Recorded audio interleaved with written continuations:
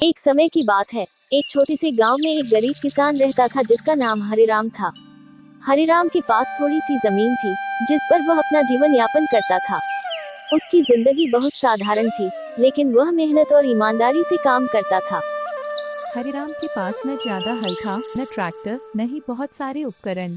लेकिन फिर भी वह अपनी जमीन पर दिन रात काम करता। फसल काटने के बाद जब भी उसके पास थोड़ा सा अनाज बचता तो वह उसे अपने परिवार के साथ साझा करता। एक दिन गांव में एक बड़ा तूफान आया।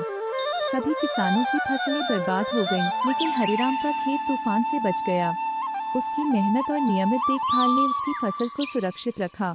बाकी किसान परेशान थे क्योंकि उनकी फसलें पूरी तरह से नष्ट हो गई थीं।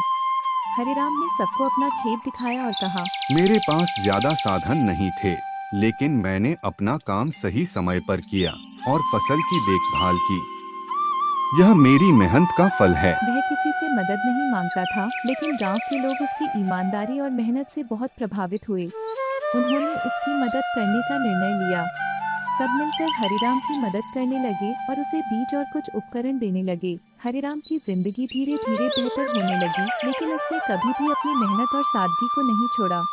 वह हमेशा दूसरों की मदद करता था और दूसरों को भी सिखाता था कि कठिनाइयों का सामना ईमानदारी और मेहनत से ही किया जा सकता है। यह कहानी हमें यह सिखाती है कि अगर हमारी मेहनत ईमानदार हो तो कोई भी स्थिति हमसे जीत नहीं सकती।